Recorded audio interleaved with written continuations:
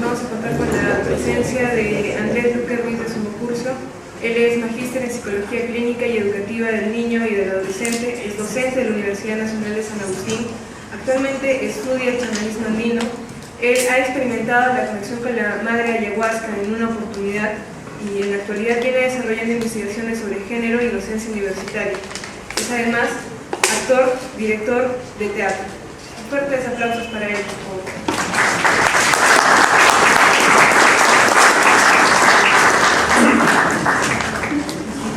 Muy buenas noches con todos. Primero agradecer a los organizadores por la invitación y qué importante que estemos hablando de estos temas. Nosotros, los peruanos, que somos herederos de esta cultura andina, amazónica, también costeña, en donde a través del chamanismo la ayahuasca se ha desarrollado durante más de miles de años. Caral a la fecha tiene 5.000 años y se está, en últimas investigaciones, parece que tiene incluso 1.000 años más, pero eso todavía está en estudios, en investigación. Y qué bueno también que empecemos nosotros, y lamentablemente siempre estamos a la cola de estos temas en relación a los demás países latinoamericanos, que a nivel de la comunidad científica también se esté hablando de la ayahuasca. He traído algunas investigaciones norteamericanas, españolas, ¿no? Muy pocas peruanas, por no decir ninguna, publicadas en revistas indexadas, o sea, revistas científicas, sobre este tema, ¿no? Yo he tenido la oportunidad de consumir ayahuasca justamente con Javier, en una oportunidad. No creo que necesite otra hasta probablemente de acá algún buen tiempo, hasta que la madre ayahuasca me lo haga saber, o yo, a través de mis procesos internos, ¿no? Vamos con la primera, por favor. Vamos además a ir viendo algunas imágenes que son pinturas de artistas que han trabajado con el ayahuasca. A mí me llamó mucho la atención esta frase de esta investigadora académica, es una de las pocas que está dedicándose a hacer este tipo de investigación, y ella dice, ¿no?, que desde la ciencia recién estamos empezando a entender cómo funcionan estas plantas mágicas ancestrales, desde la ciencia, pero nosotros desde nuestra cultura, desde la cultura andina, a veces tan despreciada por nosotros, ¿no?, lamentablemente seguimos en este proceso de siempre querernos blanquear más por los apellidos, por el color de piel, por lo que consumimos, etcétera, etcétera. Un poco despreciamos esto, y esto es algo nuestro, algo heredado. Siguiente. Algunas preguntas que son importantes, creo yo, para entender este tema relacionado a lo que es la psicoterapia y lo que es el ayahuasca. Primero, podemos hablar de psicoterapia, podemos hablar del cultivo del mundo interno, podemos hablar de chamanismo y también podemos hablar de espiritualidad. No es lo mismo, son cosas distintas. Puede que sí estén relacionadas, pues puede que una tenga que ver con la otra, pero no es lo mismo. Es importante también que sepamos diferenciarlas, ¿no? Desde la llegada de los españoles a suelo americano, hay un desprecio por todo aquello que tiene que ver con la cultura andina. La explicación que hacen los cronistas, incluso los cronistas más asertivos, por llamarlos de alguna manera, sobre la interpretación de lo que pasaba, todo ellos lo hacen desde una perspectiva occidental. Cuando hablan del Inca, ellos lo asemejan al emperador, a un virrey, al rey, al faraón, a lo que había en esa época y a lo que había antes, ¿no? Pero la idea de Inca, por poner un ejemplo, no tenía mucho que ver con lo que es un rey, ni con lo que es un rey, ni con lo que es un faraón. La forma como se le decidía, cómo se le escogía, etcétera, etcétera, eran muy distintos. Entonces, todo lo que ellos van a interpretar y van a observar a partir de ese momento son interpretaciones desde su punto de vista. Eso, que pasó hace más de 500 años, sigue pasando hoy en día. Para nosotros, probablemente mucha gente que ha visto el post en el Facebook se ha enterado que vas tú a escuchar una charla de ayahuasca, inmediatamente pensando drogas, ¿no es cierto?, para los que son drogos, eso es cosa de brujos, de brujas, y llamarlo de forma muy despreciativa chamanismo, ¿no es cierto?, porque seguimos con esta idea muy occidentalizada. Hemos perdido esta idea que creo que es importante para poder entender el tema de cómo se hace la psicoterapia, ¿no? O el chamanismo, cómo trabaja con la ayahuasca. Nosotros hemos perdido mucho el tema de nosotros, el efecto de campo, que luego voy a hablar, que creo que es muy importante para conseguir los efectos requeridos, ¿no? Y hemos promovido ante todo el yo. Para muchas culturas andinas no existe el yo. Para los psicólogos, nosotros trabajamos mucho con el yo y hablamos con ustedes. ¿Cuál es tu yo? Hay que trabajar tu yo, es decir, esa personalidad individual. Para muchas comunidades andinas no existe esa característica individual. Existe un colectivo. La sanación muchas veces se hace a través de un colectivo, de lo que cree esa comunidad. Un ejemplo de eso es el trabajo que todavía se hace, ¿no? El trabajo colaborativo para sembrar las chakras de todos, para construir la casa de todos, ¿no? Para curarnos entre todos. Otra idea importante es el que podemos aprender de las plantas. O sea, para alguien totalmente cientificista dirá que eso es algo absurdo. La planta es una planta que está ahí inanimada, o bueno, tiene vida, perdón, pero no tiene probablemente conciencia para ellos, ¿no? Y no es así. Por lo menos para los que estudian el mundo andino y todas sus creencias, en las plantas habitan un espíritu.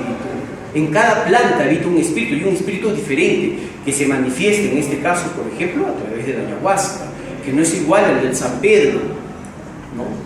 O al de otras, que incluso nosotros las consumimos siempre, ¿no? Pero que lo hacemos inconscientemente, no tenemos un contacto consciente. Claro, algunos dirán, bueno, eres psicólogo, docente en la universidad, pero me estás hablando de cosas que probablemente no tienen mucho que ver con la ciencia.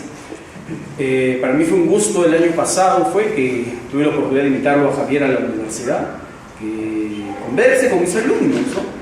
Realmente se trata de abrir un poco la mente, ¿no? Salir de los prejuicios que nosotros tenemos y mantenemos todavía como sociedad, ¿cierto? Otra idea que es importante es que no todos los que consumen ayahuasca lo hacen para ser mejores. Hay gente que probablemente ha consumido 10, 20 veces ayahuasca y efectivamente es un adicto, ¿no? 10, 20 veces ayahuasca y no ha desarrollado absolutamente nada en su mundo interior, ¿no? Es como hay gente que vemos que hace yoga, hace ayahuasca, es vegano, vegetariano, etcétera, etcétera, pero sigue siendo la misma persona que siempre, sigue siendo aquel que critica al otro, sigue siendo una persona negativa, etcétera, etcétera. Entonces, no solamente significa tener un trabajo interior. Si tú no te cambias ese mundo exterior, es puro esnovismo, nada más. Lo que estás haciendo es alimentar el ego. Yo hago esto, yo consumo esto, yo soy mejor que tú porque hago todo esto, ¿no? Entonces, el ayahuasca ahí nos enseña muchísimo.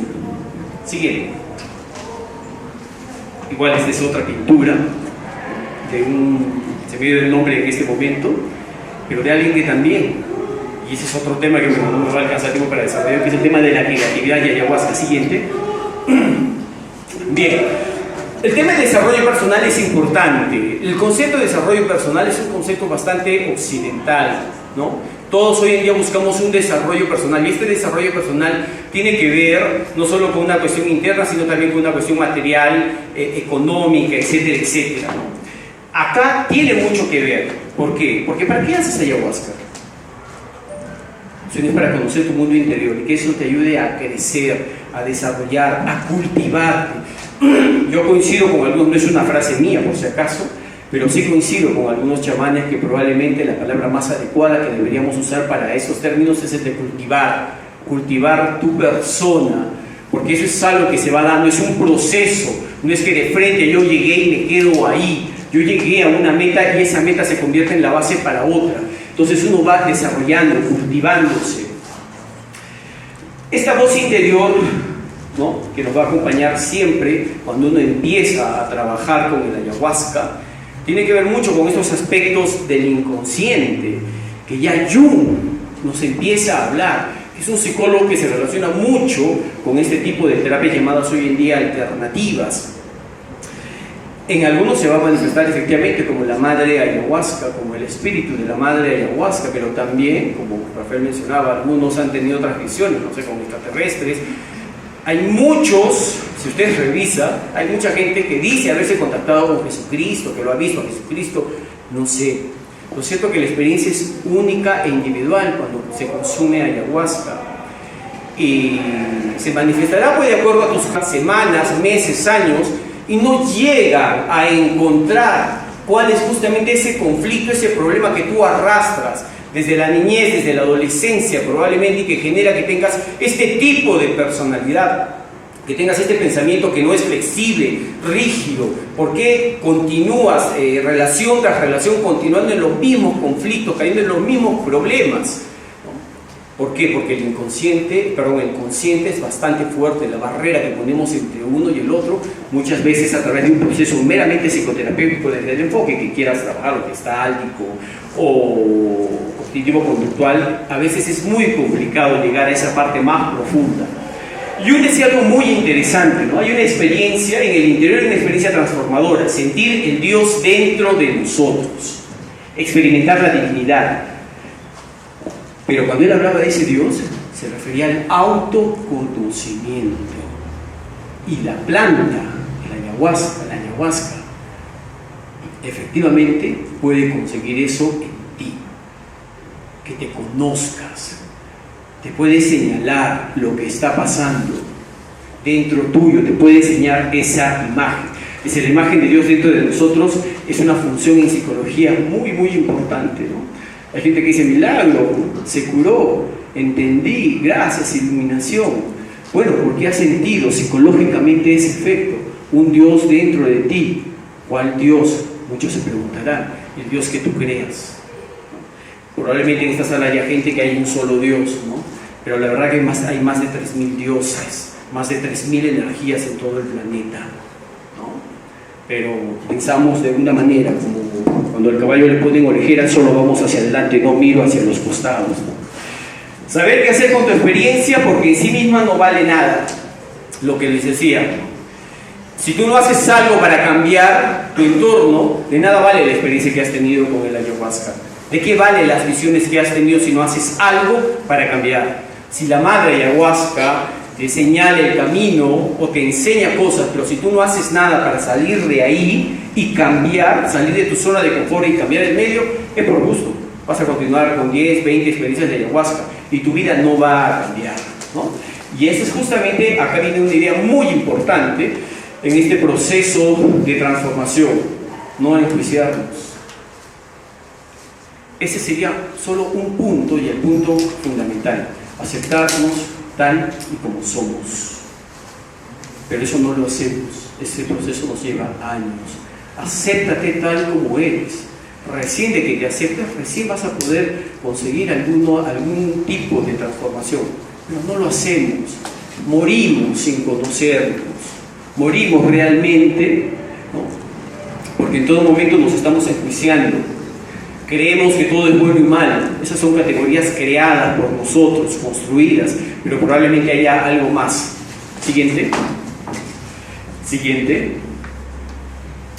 Bien. El ayahuasca, ya lo dijo Javier, en el ayahuasca aprendes a perdonar, a perdonarte a ti y a perdonar a la otra persona. Estar agradecidos con la planta. Y cuando tú estás agradecido con la planta, estás agradecida con la vida. Estás agradecida con todo lo bueno y con todo lo malo que te ha tocado vivir en esta vida. Creo yo hay tres, según lo que yo revisaba, fundamentalmente actualmente en la ciencia psicológica o médica, son tres aspectos que se están trabajando con el ayahuasca. A nivel de la depresión, hay muy buenos resultados de personas que se han sometido a tratamientos farmacológicos durante años y no logran salir de una depresión crónica. Con el ayahuasca se está consiguiendo. Igual en el tema de las adicciones y de los traumas psicológicos. Cambiar el mundo interno y externo, de lo contrario es mero narcisismo, lo que ya les comentaba hace un momento. El efecto de campo. Bien, esto es algo importante, ¿no? Este efecto de campo debe ser de calidad. De lo contrario no se dan los cambios requeridos. ¿Y qué llamamos el efecto de campo? Lo ideal para algunos es que tiene que ser un chamán. Y yo creo, como dicen algunos, que el chamán, ¿no?, es el sacerdote, si queremos llamarlo así, por excelencia. El chamán no solo puede ser un sacerdote, el chamán además cura, pero no solo cura y es un sacerdote. El chamán lleva una vida espiritual, cosa que nuestros sacerdotes y nuestros psicoterapeutas no lo llevan. El chamán es una persona que probablemente ha heredado en su familia, ¿no? Hay tres formas de que uno pueda ser un chamán, porque la familia lo escoge, decide por una emergencia, o la comunidad lo escoge porque hay una emergencia, porque no hay un chamán, porque se murió el chamán, de repente se hereda del padre al hijo o a la hija. Pero también hay personas, hay muchas experiencias de personas que no vienen de familias, ni siquiera de ciertas culturas, y que han desarrollado la chamanería, ¿no? Pero como un apostolado. Si tú te vas al Cusco vas a encontrar cientos de chamanes, ¿sí?, de todas las nacionalidades del mundo, y que te hacen pagos a la tierra, te hacen ayahuasca, te pasan, etcétera, etcétera. Pero que realmente sean chamanes dista muchísimo de lo que realmente son. Entonces, ese efecto de campo se refiere a que lo hagas con la persona indicada, ¿no? Efectivamente, muchos acompañan con ícaros esta ceremonia, ¿no?, que sepan utilizar la planta adecuada. Ahora, que yo sepa, hay más de 40 tipos de combinaciones. Lo importante es que lo hagas con conocimiento de causa, que sepas qué es lo que estás aplicando, que lo hagas en un entorno adecuado. Y si está esto contraindicado con personas psiquiátricas. Creo que se me pasó el tiempo. ¿Me queda algo? A ver, vamos con la siguiente, por favor. Siguiente. Muy bien, esto ya lo he explicado. Siguiente. Regresa. Él, por ejemplo... No, regresa, por favor. Sí. Un anterior. El Estito de la Rosa, para aquellos que no lo conocen, ¿no? Gran músico peruano, autodidacta, me parece que es ganador de un Grammy, incluso conocido en todo el mundo, ¿no? Es un músico de primera, por ejemplo, y él es uno de los que se ha encargado de difundir el ayahuasca a nivel de todo el mundo. Siguiente. Rápidamente, esta es una investigación, ¿no?, de Goff y Cole, por ejemplo, donde han trabajado con personas que han consumido ayahuasca. Siguiente. Siguiente. Este es otro estudio, ¿no? También, a ver, siguiente, por favor, siguiente. Otro más. Este es el último y probablemente es el más importante y trascendente a nivel de la ciencia, porque es hecho en una universidad que es muy prestigiosa, ¿no?, como es Berkeley en Estados Unidos y San Pablo en España. Siguiente. Siguiente. Siguiente. Tiene que ver, este es en relación al anterior. Siguiente, por favor. Siguiente. Son libros sobre ayahuasca que ya se han escrito, ¿no? Ninguno es de un peruano todavía. Siguiente. Bien. Todos somos seres creativos, pero la cultura, la educación que tenemos está encargada justamente de quitarnos y robarnos toda la creatividad.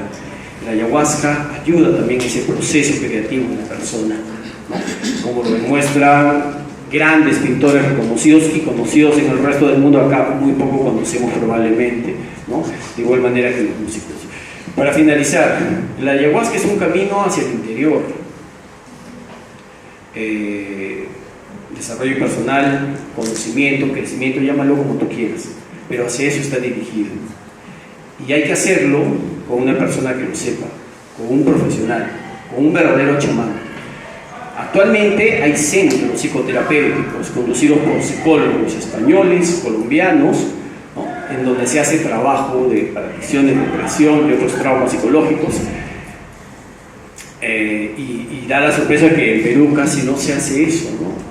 En nuestra cultura seguimos pensando de que este es un tema solamente de persona que está por debajo de nosotros y que pues no está al nivel académico, ¿no? Eso tiene que cambiar, eso tiene que cambiar.